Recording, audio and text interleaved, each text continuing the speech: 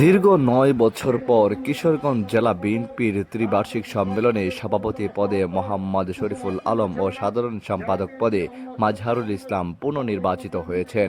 শনিবার রাত ৩টার দিকে ভোট গণনা শেষে জাতীয় নির্বাহী কমিটির যুগ্ম মহাসচিব হাবিবুন নবী খান সুহেল এ ফলাফল ঘোষণা করেন।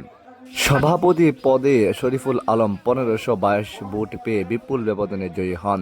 তার নিকটতম প্রতিদ্বন্দ্বী রুহুল হুসাইন পান ১৯৭ ভোট, বাতিল হয় ১২০ ভোট। অন্যদিকে সাধারণ সম্পাদক পদে মাজহারুল ইসলাম পান ১১৫৯ ভোট। তার নিকটতম প্রতিদ্বন্দ্বী খালেদ সাইফুল্লাহ সুহেল পান ৬১১ ভোট। অপর দুই প্রার্থীর মধ্যে সাজ্জাদুল হক পান ৭টি এবং শফিকুল আলম রাজন পান ৩০টি। এ পদে বাতিল হয় ৩৩টি ভোট। ১৩টি উপজেলা ও ৮টি পৌর কমিটির মোট ২০৯০ জন কাউন্সিলর ব্যালটের মাধ্যমে ভোট দেন। ভোট গ্রহণ চলে সন্ধ্যা ৭:৩০ থেকে রাত ১০টা পর্যন্ত।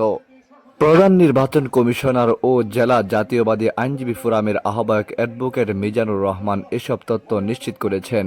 এর আগে দুপুরে জেলা শহরের পুরাতন স্টেডিয়ামে জাতীয় সঙ্গীত পরিবেশন ও পতাকা উত্তোলনের মধ্য দিয়ে সম্মেলনের উদ্বোধন করেন বিএনপির মহাসচিব মির্জা ফখরুল ইসলাম আলমগীর। প্রধান অতিথি হিসাবে ভার্চুয়ালি যুক্ত ছিলেন দলের ভারপ্রাপ্ত চেয়ারম্যান তারেক রহমান।